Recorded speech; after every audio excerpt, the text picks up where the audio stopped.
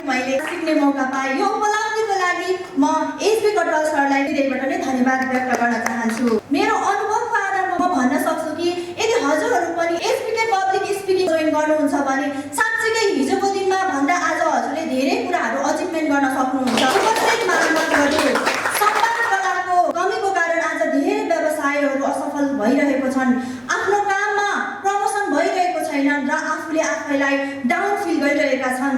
म पनि त्यही व्यक्तिहरू मध्येको एक हुँ। पेसाले म विगत 6 वर्षदेखि नेपालको प्रतिष्ठित इन्सुरेन्स कम्पनीमा काम गर्दै आइरहेको छु। मैले त्यहाँ विभिन्न सेक्टरका व्यक्तिहरूसँग भेट्नु पर्ने, उहाँहरूलाई आफ्नो प्रोडक्टको बारेमा चाहिँ कन्भिन्स गराउनु पर्ने हुन्थ्यो।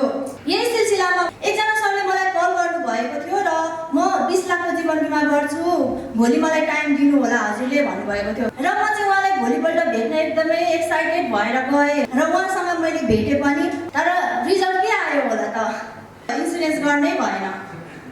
पछि मलाई थाहा भयो आफूले मेहनत कति गर्दा गर्दै पनि म अगाडि बढ्न सकिनँ। के कारणले भन्दा ममा प्रभावकारी संवाद कला नै थिएन। म क्लाइन्टसँग भेट्दाखेरि म कसरी उभिने, उहाँहरूको अगाडि म कसरी प्रेजेन्ट हुने जस्तो कुराहरू मलाई त्यति बेला थाहै थिएन।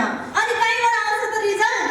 त्यो घटनाले मलाई यति विक्षिप्त पार्यो उपस्थित महानुभावहरू, र मैले अब अठोट गर्न थालेँ। म पनि अब पब्लिक स्पिकिङ ट्रेनिङ सिक्छु र मैले विभिन्न ठाउँमा पनि बुझ्दै गएँ र सोसियल मिडियामा मैले निफलाई पाएँ र म निफको अफिस भिजिट गरेर चाहिँ मैले जोइन गरेँ।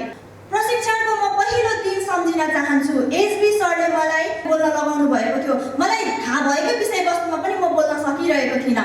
उपस्थित महानुभावहरू, एसबी कटवाल सरको सिस्टमेटिक अभ्यास, भोकल एक्सर्साइज र मेडिटेसनको कारणले गर्दा ममा आत्मविश्वास दिन प्रतिदिन बढ्दै गयो र मैले स्पिच प्रेजेन्टेसन दिन सकेँ र उद्घोषण पनि गर्न सकेँ। आजको दिनमा चाहिँ मैले आफ्नो क्लाइन्टहरूसँग कसरी प्रेजेन्ट हुने र उहाँहरूलाई चाहिँ कसरी 20 लाखको बिमा गर्नेलाई 50 लाखको गरौँ गरौँ लाग्ने बनाउने भन्ने कुरा पनि मैले सिक्ने मौका पाएँ। यो उपलब्धिको लागि म एसबी कटवाल सरलाई हृदयबाट नै धन्यवाद व्यक्त गर्न चाहन्छु। एसबीके पब्लिक स्पिकिङले मेरो डर हरायो, एसबीके पब्लिक स्पिकिङले मेरो आत्मविश्वास बढायो र एसबीके पब्लिक स्पिकिङले मलाई संसारै जित्छु जस्तो बनायो। स्पिकर अफ द मन्थको अवार्ड आज मैले ग्रहण गरिरहँदा मलाई एकदमै प्राउड फिल भइरहेको छ।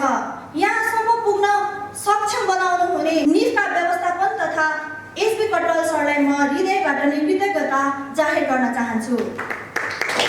मेरो अनुभवको आधारमा म भन्न सक्छु कि यदि हजुरहरू पनि एसबीके पब्लिक स्पिकिङ जोइन गर्नुहुन्छ भने साँच्चै हिजोको दिनमा भन्दा आज हजुरले धेरै कुराहरू अचिभमेन्ट गर्न सक्नुहुन्छ। हजुरले नपाएको सफलता हासिल गर्न सक्नुहुन्छ, जुन मैले पाएको छु।